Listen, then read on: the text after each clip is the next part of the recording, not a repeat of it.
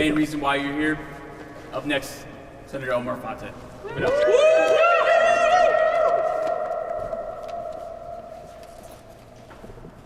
Hello everyone, good morning.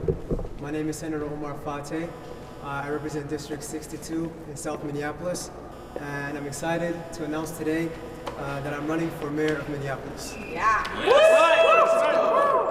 I'm a senator, husband, renter, son of Somali immigrants, and a longtime advocate for working people. I'm running for mayor to work with you to make Minneapolis the prosperous and welcoming city we know that it can be. Yes. For working people, it's getting harder and harder to build their lives here in Minneapolis, and our mayor and the status quo are failing them. We deserve leadership that makes it so people want to continue to live here, raise their families here, and create businesses here. I'm committed to building a city that works for everybody.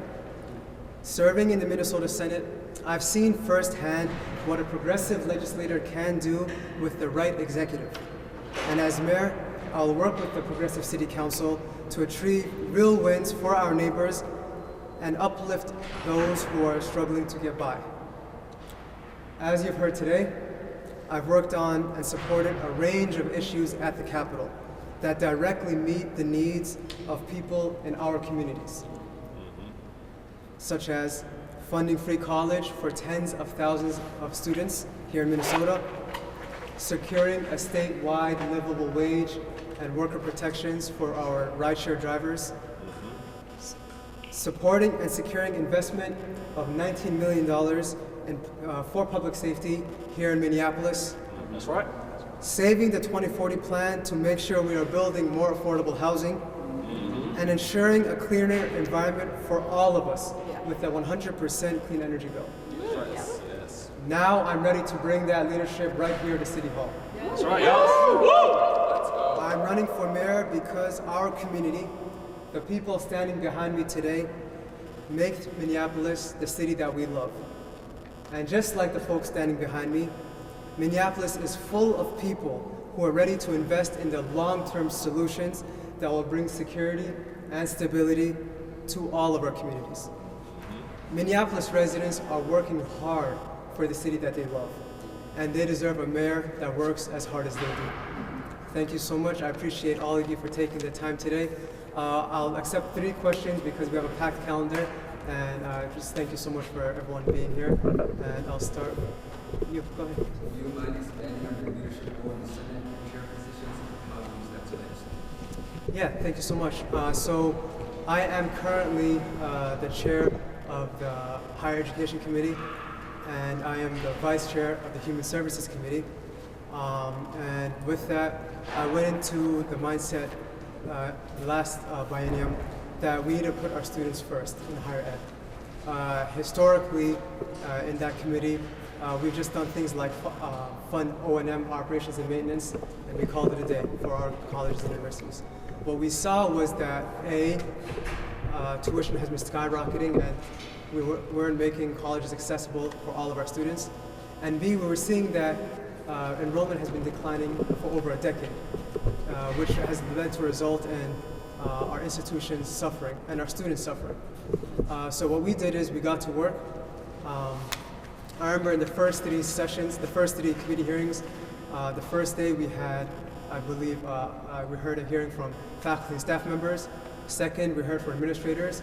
But in the last hearing, I believe we had a student day, which never happened before. We heard directly from students about the needs that they wanted us to hear and act on. Yes, we got the tuition-free North Star Promise Act passed and accomplished that benefited tens of thousands of students. But we got a lot of great stuff around that as well, such as the Student Parent Initiative that helps students that are parents or expected parents. We expanded the grants for ending campus hunger, so we can put food pantries on every campus. We expanded funding for mental health services for students so that they can get help 24/7 on all of our campuses.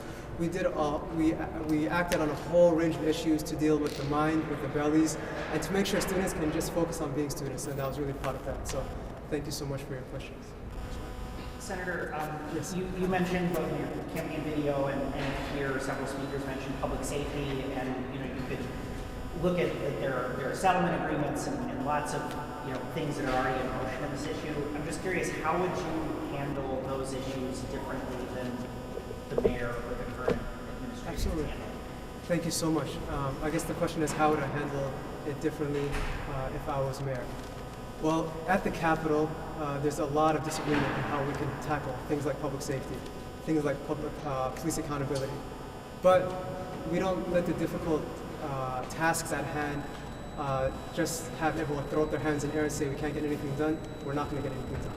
So that's why we worked hard together, from folks from Greater Minnesota, from the suburbs, from the urban core. We got together and said, what can we do to represent all of our communities and not sacrifice our values, but bring ourselves together to represent all of our values. And we're able to pass $300 million statewide in public safety aid, which was really impactful because it took listening to community, it took listening to all of our districts, it took listening to everybody. And as a result of that, for example, we got $19 million in public safety aid, I believe that Stacy spoke about earlier, right here, that has gone untouched until now, right? To me, that's a travesty.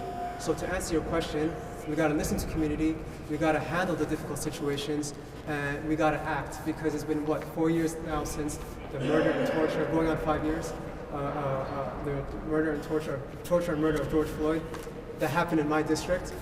And what has resulted after that? Nothing really changed.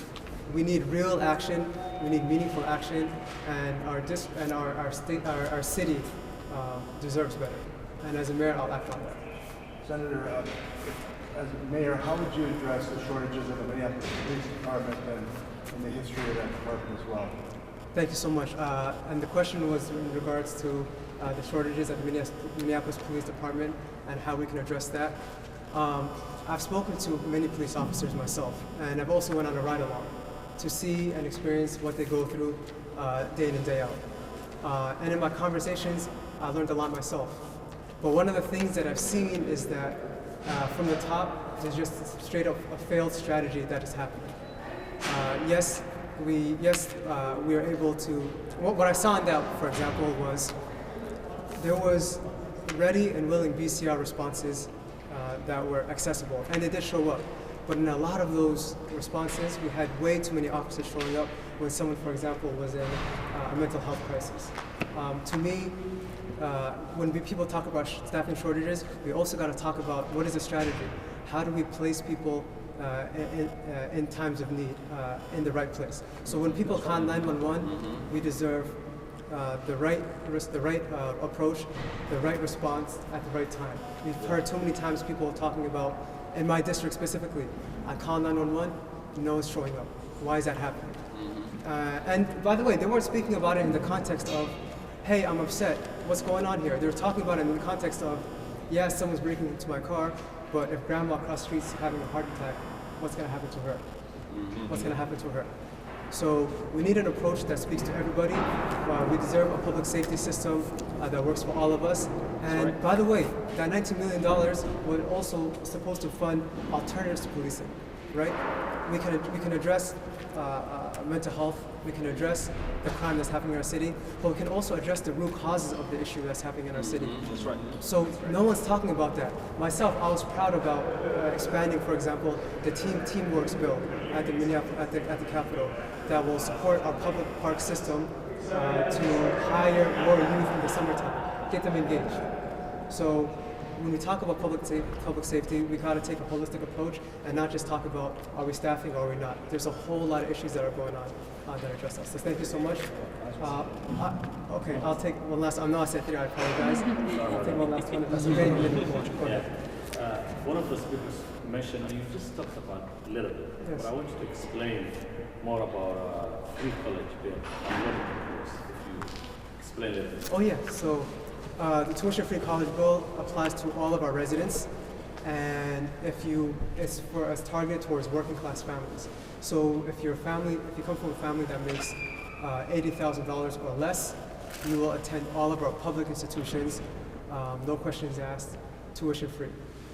And that's the bill that was passed in 2023. It went into effect last August. And as a result, we've seen not only tens of thousands of students taking advantage of the program, but we've seen for the first time in over a decade an uptick in enrollment across the Minnesota systems, which is powerful. And I'll end it at that. My campaign manager here, Ariana Feldman, is here. If there's any additional questions, I need to be directed towards her or the campaign or myself. And I want to say thank you all so much for taking the time. Thank you.